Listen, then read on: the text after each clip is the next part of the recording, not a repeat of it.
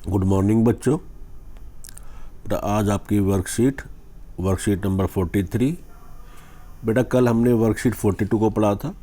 आज हम उसी चैप्टर विनिर्माण उद्योग की अगली वर्कशीट को पढ़ेंगे। डेट है 14/12/2021। बेटा कल की जो वर्कशीट थी वो विनिर्माण उद्योग के बारे में हमने कल पढ़ा था कि उद्योग और कृषि एक दूसरे से कैसे संबंधित है। कल हमने चर्चा की थी कि उद्योगों को कच्चा माल भोजन की आपूर्ति कृषि द्वारा की जाती है तथा उद्योगों द्वारा कृषि को जो मशीनें हैं फर्टिलाइजर्स है वो कृषि को उद्योगों द्वारा प्रदान किया जाता है। तो इस प्रकार से दोनों एक दूसरे से अंतर संबंधित थे। तो बेटा आज की जो वर्कशीट है, आज की वर्कशीट में हम पढ़ेंगे उद्योगों की अवस्थिति के भौतिक कारण। तो बेटा इसका मतलब यह है कि आप को अगर कोई उद्योग लगाना है तो उस उद्योग लगाने के लिए आपको क्या क्या चीज़ें ध्यान में रखनी चाहिए, या किसी उद्योग की स्थिति को कौन कौन से कारक प्रभावित करते हैं।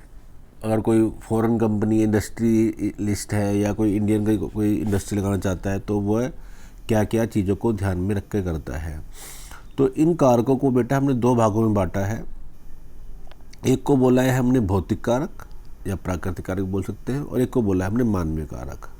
तो उद्योगों को प्रभावित करने वाले दो कारक हैं हमारे, एक तो भौतिक कारक है और एक मानवीय कारक है।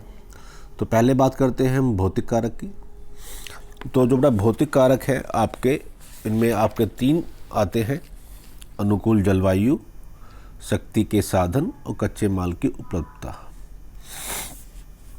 तो बेटा अगर आपको कोई भी अपना उद्योग खोलना है या कुछ भी आपको इंडस्ट्री फैक्ट्री कारखाना कुछ भी लगाना है या किसी इंडस्ट्रीज वाले को लगाना है तो बेटा सबसे पहले वो क्या देखता है कि वहाँ की जलवायु कैसी है, वहाँ की जलवायु उसके इंडस्ट्री के लिए अनुकूल है नहीं है। जैसे अगर किसी को कपास उत्पादन करना है, कपड़े का लगाना है, तो देखना है कि वहाँ पर कपास उग पाएगी नहीं पाएगी, क्या किसी को इंडस्ट्री लगानी। तो वह जलवायु देखता है कि जलवायु उस इंडस्ट्री के लिए, उस उद्योग के लिए उपयुक्त होनी चाहिए। दूसरा पॉइंट है बेटा आपका शक्ति के साधन। आपको पता है बेटा कोई भी फैक्ट्री, कोई भी कारखाना, कोई भी इंडस्ट्री बिना एनर्जी, बिना बिजली, बिना लाइट, बिना शक्ति के साधनों के नहीं चल सकती। ठीक है बेटा।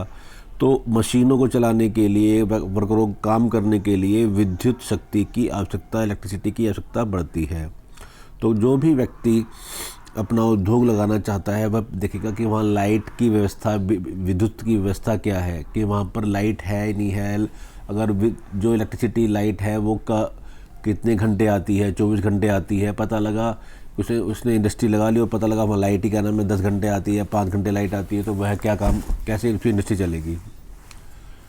उसके बाद बेटा आपका आता है थर्ड पॉइंट, कच्चे माल की उपलब्धता। अब कच्चा माल, आपको पता है कि कोई भी फैक्ट्री कारखाना जो भी है उसको कच्चा माल चाहिए। कच्चा माल कहाँ से मिलता है? प्राकृतिक संसाधन, कृषि से। अब उसको ये ध्यान रखना है कि कि जो वह अपना उद्योग लगाने जा रहा है वहाँ पर कच्चे माल की उपलब्धता है या नहीं। और मान लीजिए उसने अपना इंडस्ट्री लगा लिया और वहाँ कच्चा माल ही नहीं मिल रहा है, कच्चा माल बहुत दूर से लाना पड़ रहा है, उसका कारण परिवहन में खर्चा बहुत ज़्यादा आ रहा है, तो उसका जो उत्पादन होगा, जो उसका उत्पाद होगा, प्रोडक्ट होगा, वह काफ़ी महंगा होगा। इसके बाद बेटा आपके आते हैं उद्योगों को प्रभावित करने वाले मानवीय कारक। अब मानवीय कारक में आपके पास ये 7 कारक दिए हैं। इसमें आप देखेंगे सबसे पहले आपको है पूंजी।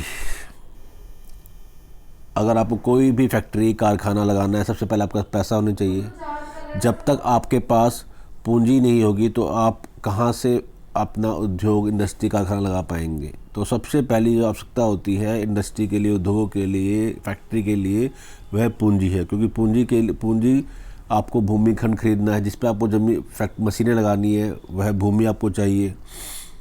ठीक है। अगर आप नहीं खरीदेंगे तो आपको किराए पे देनी पड़ेगी।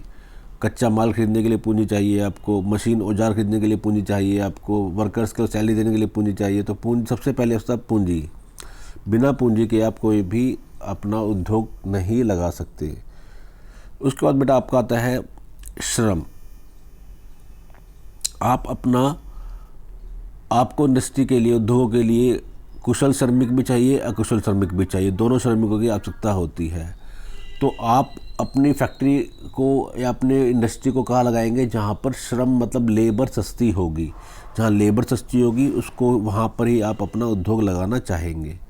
आप एक फैक्ट्री लगा रहे हैं, यहाँ पर लेबर का रेट ज़्यादा है। जैसे अगर आप खुद देखेंगे यूरोपियन कंट्रीज़ हैं या अमेरिकन कंट्रीज़ हैं, वो अपनी इंडस्ट्री एशिया में ला रही है।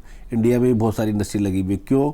क्योंकि यूरोप या अमेरिका के मुकाबले इंडिया में जो लेबर रेट है वो काफ़ी सस्ते हैं। तो ज़्यादातर जो लेबर का वर्क का काम होता है वो ज़्यादातर एशियन कंट्री से कराया जाता है, क्योंकि और वो काम अपने यहाँ कराएंगे तो वो उनका जो प्रोडक्ट है वो काफ़ी महंगा बनेगा। अगला पॉइंट है बेटा आपकी सरकारी नीतियाँ। सरकारी नीतियाँ मतलब अगर जैसे कोई भी इंडस्ट्री उद्योग खोल रहे हैं तो उसके लिए आपको अपनी गवर्नमेंट की पॉलिसी के बारे में पता होना चाहिए कि क्या क्या उनकी नीतियाँ हैं, वो आपके उद्योग के अनुकूल है नहीं है, क्या क्या टैक्सेस हैं, क्या क्या आपको कार्य गवर्नमेंट की पॉलिसी के अनुसार कार्य करने हैं, वो भी बहुत इम्पोर्टेंट है। पहले हमारे भारत की जो सरकारी नीतियाँ थी काफ़ी सख्त थी विदेशी व्यापार के लिए, इसलिए विदेशी कंपनियां भारत में नहीं आती थी। अब धीरे धीरे काफ़ी लिबरल हो गई है हमारी सब पॉलिसीज़ जो है। तो इस कारण अब अगर आप देखेंगे तो पहले की तुलना में अब भारत के अंदर विदेशी कंपनियों की संख्या ज़्यादा है। उसके बाद बेटा है आपका उद्यमी। उद्यमी होता है बेटा जो फैक्ट्री लगाने वाला, काम करने वाला होता है। उसके अंदर उद्यम भी होना चाहिए, काम करने की शक्ति भी होनी चाहिए, क्योंकि वो सबको इनको इकट्ठा कर रहा है। उसके बाद आपका आता है बेटा आधारिक संरचना। ये भी बेटा बहुत ज़रूरी है कि वहाँ पर जो इंडस्ट्री आप लगा रहे हैं वहाँ पर उसका आधारिक संरचना है। इसलिए आप देख रहे हैं आजकल इकोनॉमिक जोन बनने, सैज जिसे बोलते हैं हम, स्पेशल इकोनॉमिक जोन, वहाँ पर फैक्ट्रियों के लिए आधारिक संरचना तैयार होती है। लाइट की व्यवस्था, रोड की व्यवस्था, परिवहन की व्यवस्था, सारी व्यवस्थाएं वहाँ होती हैं। इसलिए आपको अपनी आधारिक संरचना को भी देखना है। परिवहन और संचार, आपको ये भी देखना है कि जहाँ से आप इंडस्ट्री लगा रहे हैं वहाँ परिवहन की व्यवस्था भी है, रोड अच्छी है, मतलब माल आ जा सकता है, नहीं जा सकता है। संचार, कम्युनिकेशन, आपका नेट, फ़ोन की सुविधा भी है नहीं है। तो ये सारी चीज़ें देखी जाती है। और लास्ट में आपका आता है बाज़ार, कि आप जो भी उत्पादन कर रहे हैं किसके लिए कर रहे हैं? बाज़ार के लिए कर रहे हैं, जाके आपका माल बिक सके। तो आप जो माल बना रहे हैं उसका बाज़ार भी उपलब्ध है नहीं है आसपास। पता लगा आप माल तो बना रहे हैं पर उसका बाज़ार नहीं है, तो फ़ायदा क्या? और या बाज़ार बहुत दूर है तो आपको बहुत ज़्यादा ही परिवहन खर्चा मार डालेगा। तो इसलिए आपको इन सब चीज़ों को देखकर ही आप एक उद्योगों को स्थित करने की सोच सकते हैं। तो ये थी बेटा आज आपकी वर्कशीट, जिसमें हमने पढ़े उद्योगों को प्रभावित करने वाले कारक। एक तो भौतिक कारक थे और दूसरा हमारा मानवीय कारक थे। इसके नीचे बेटा आपको 2 क्वेश्चन दिए हैं। कच्चे माल की उपलब्धता किस प्रकार उद्योगों की स्थिति को प्रभावित करती है? तो बेटा कच्चे माल के बारे में मैं आपको बता चुका हूँ मैं, कि अगर आपके पास अगर कच्चा माल नहीं होगा तो आप उत्पाद क्या कर पाएंगे? जैसे भारी उद्योग है, लोहा इस्पात उद्योग है, सीमेंट उद्योग है, तो ये ज़्यादातर कच्चे माल के समीप ही ये लगाए जाते हैं, क्योंकि इनकी लागत कम पड़ सके।